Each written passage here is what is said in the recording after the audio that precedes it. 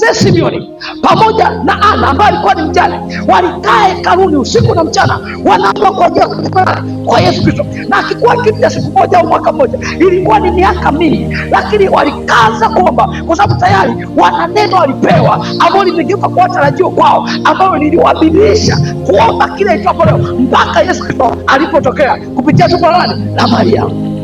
Imani haijalishi kukata tamaa, haijalishi itachukua muda gani, lakini imani haijalishi kukata tamaa.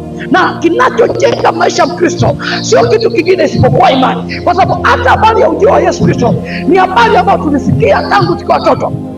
Injili ikihubiriwa, Yesu Kristo anarudi mara pili, lakini tumekuwa mpaka leo tumefikia umri, tumeona wazee wakihubiri mpaka wanakufa, lakini bado Yesu Kristo hajaja. Lakini kitu gani kinatubadilisha tuendelee kuishi katika maisha matakatifu ya kumtafuta Mungu kila siku? Ni kwa sababu tunayo imani inayotokana nini? Na tarajio ambalo halijatokea, lakini tunaamini kwamba itatokea, na ndio maana tunadumu kukaa katika utakatifu, katika kumtafuta Mungu, katika kuhusiana naye kila itwapo leo. Nini kinachotujenga? Ni nini? Ni imani.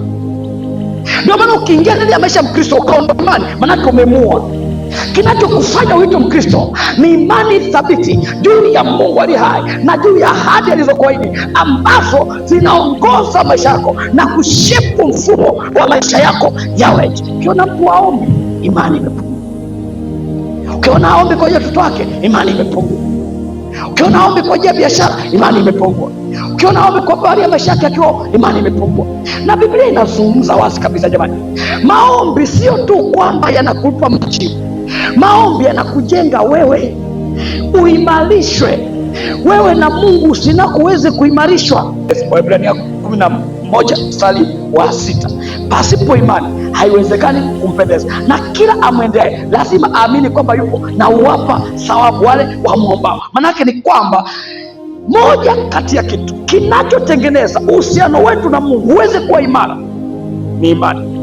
Katika nini? Maombi. Kwa hiyo kumbe, unapoomba sio tu ni kwa ajili ya kupokea kile unachokitaka, lakini maombi yana kazi nyingine ndani ya kuimarisha uhusiano wako na Mungu. Kwa maombi yoyote ambayo ndani yake yana imani hayakuletei majibu tu ya kile unachokiomba, lakini pia yenyewe yanakufanya Mungu akupende. Kwa njia mojawapo ya kumpendeza Mungu ni kuwa mwombaji. Kwa kama kuna watu ambao Bwana anapendeza nao, ni waombaji wanaoomba katika imani. Kwa ukiona unakwenda mbele za Mungu mara kwa mara na una imani juu ya kile unachomwomba, moja kati ya kitu cha kwanza ambacho kinafanyika ni kuimarisha uhusiano wako na Mungu na kumfanya Mungu apendeze na wewe. Kwa hiyo Mungu anaongeza kitu kinachoitwa nini? Uhusiano bila nini? Maombi.